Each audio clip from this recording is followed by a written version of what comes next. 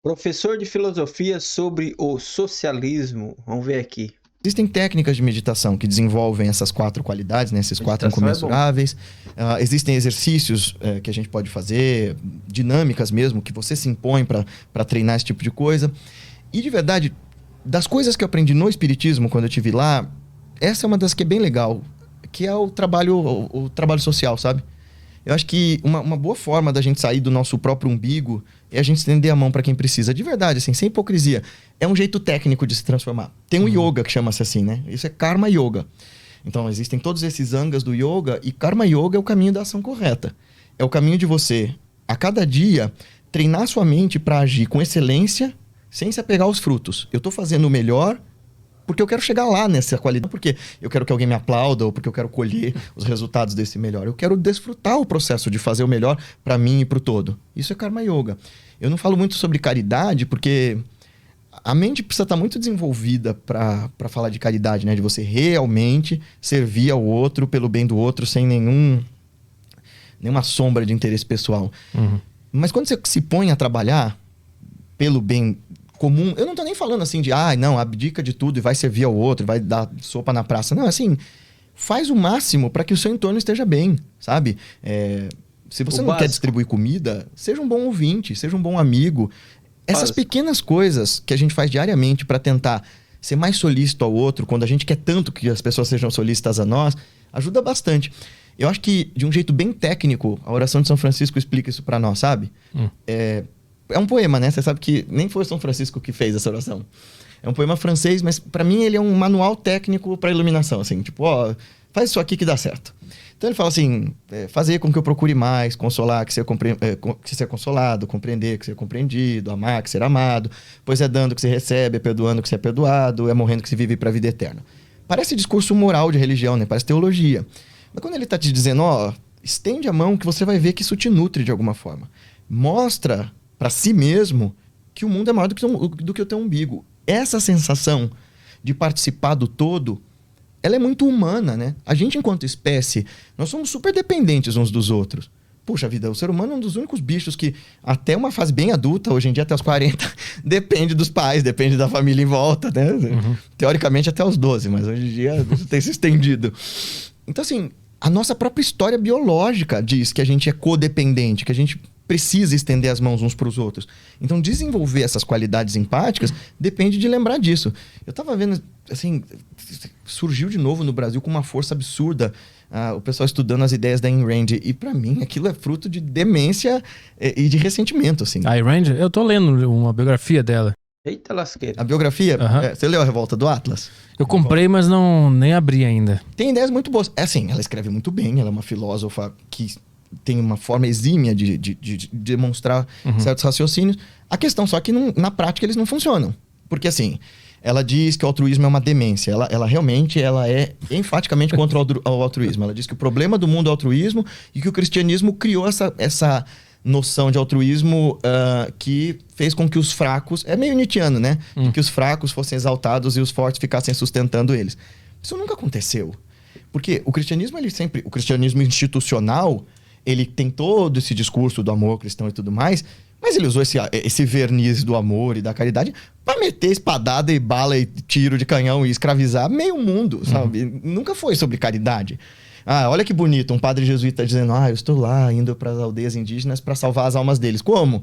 Ou vocês se convertem e a gente mata? Sim. E aí, o que faz com que a Ayn Rand, na raiz, já esteja errada, quem vai responder não são nem os filósofos, são os biólogos e os neurocientistas. Tem um livro muito legal chamado A Revolução do Altruísmo, do Mathieu Ricard. O Mathieu Ricard, ele foi biólogo do Instituto Pasteur, o orientador dele foi prêmio Nobel, o cara tinha tudo para ser o próximo prêmio Nobel. O pai dele era Tinha, mas não foi. Filósofo famoso da Sorbonne, Jean-François Revel. E aí ele foi pro Nepal uma vez passear, quando ele era adolescente, nos anos 60. E o cara, que era o super biólogo, viu os mestres das tradições Gelupa e tal, e ficou assim, mano, isso aqui é felicidade, esse negócio aqui que eles têm, eu não conheço ninguém que tenha, me ensina. E aí ele virou um dos mais importantes meios de intercâmbio entre as tradições espirituais, contemplativas, meditativas e a ciência, né? Então, ele foi o cara que quando mapearam o cérebro dele, disseram que ele era o cara mais feliz do mundo, porque, assim, ele produzia à vontade, né? Ele sentava lá e produzia à vontade uma série de ondas cerebrais e uma série de estímulos em regiões ligadas ao prazer, à satisfação. Pô, quero aprender a fazer isso aí, velho. Pô, isso aí vai mudar a minha vida. Que assim, os caras falavam, mano, nem drogado dá pra fazer isso, sabe? Ele tinha o controle dessa produção. Uhum. E aí o que é legal é que todos os mestres com quem eu converso, porque depois disso mapearam o cérebro de um monte de gente. O Mingyur Rinpoche é um deles também. Eles conseguem controlar essas ondas cerebrais que para nós são involuntárias ao bel prazer. Assim, eles sentam e vão fazendo. Tum, tum, tum, tum, tum, tum, tum, tum.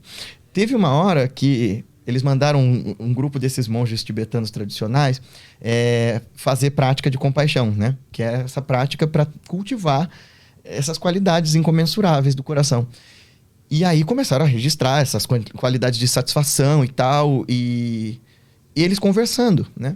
E aí o cientista falou assim, bom, agora vocês meditam, e o negócio subiu exponencialmente. Quando eles voltaram da meditação, o cara falou assim, agora fica normal. E eles assim, mas isso aqui é o meu normal. Como que eu não fico normal? Assim, esse estado de presença e de satisfação absurdo era o normal deles. E o que o Mathieu Ricard vai falar, como biólogo, ele, o Humberto Maturana, de novo, o que eu acabei de dizer. A própria história biológica da espécie humana está fundada em colaboração e cooperação. O ser humano não existe sem a bondade uns dos outros, né? Assim, sem essa vontade deliberada da gente se ajudar. Mas eu acho que tem uma sacanagem na ideia da Ayn Rand lá, que tipo, ela faz a defesa do egoísmo, né? Um negócio Isso. assim. Mas eu acho que ela acaba dizendo o contrário, porque ela fala que se as pessoas forem egoístas, elas vão acabar sendo boas umas com as outras, porque elas vão chegar nessa conclusão. Justamente por esse altruísmo estar impregnado biologicamente na gente, não precisa de uma ideologia altruísta que a gente fique impondo, porque já é natural de acontecer? Não seria essa? Vamos lá. Eu acho que a gente tem, a priori, essas qualidades em nós, sim, mas elas precisam ser cultivadas. O que a Ayn Rand fala é porque ela gosta muito do Aristóteles, né? Então ela pega a ética do Aristóteles e dá uma pervertida, dizendo, é tudo sobre você e não sobre o mundo. Meio que as tradições meditativas, Petri, vão falar isso também. Assim, começa olhando para você, o problema não está no mundo, o problema está aí. Mas o problema não está aí porque você quer ajudar o outro pelas motivações erradas. O problema está aí porque você não se enxerga, porque te falta autoconhecimento. E aí ela usa esse tipo de argumento para justificar esse egoísmo pragmático que a gente tem visto. Esse egoísmo pragmático que vai desembocar nesse individualismo maluco que a gente está vivendo. Sim. Porque, tipo, é inviável que a gente seja tão individualista. E é um individualismo tão tacanho, tão ignorante, que a gente quer ser tão autêntico e tão individual, usando as marcas que o fulano usa também, porque afinal eu tenho que ser autêntico, eu tenho que usar a marca que todo mundo tá usando. Eu tenho que ser autêntico, então eu tenho que ter o melhor carro, tal. A gente tenta ser autêntico imitando os padrões de consumo dos outros. E assim, é frágil, porque a gente tá sustentando a nossa ideia de ser naquilo que a gente tem. E não naquilo que a gente constrói, naquilo que a gente é, naquilo que a gente expressa com as nossas ideias e com os nossos atos, né? Quem não tem, não vale. Eu também acho que Caralho. tinha muito trauma dela, né, de ter vivido na União Soviética, né? E ela se rebelou totalmente contra qualquer papo de ajudar os outros em comunidade e tal. Acho que também tem isso um pouco, né? Sim, nossa, esse era outro ponto que eu ia te falar, assim. Não dá pra ler a Ayn Rand sem considerar o que essa mulher passou, assim. E não dá pra não ter empatia por ela por isso, porque ela viveu num regime muito cruel, assim. A galera que hoje passa pano pro que rolou na União Soviética não tava lá, né?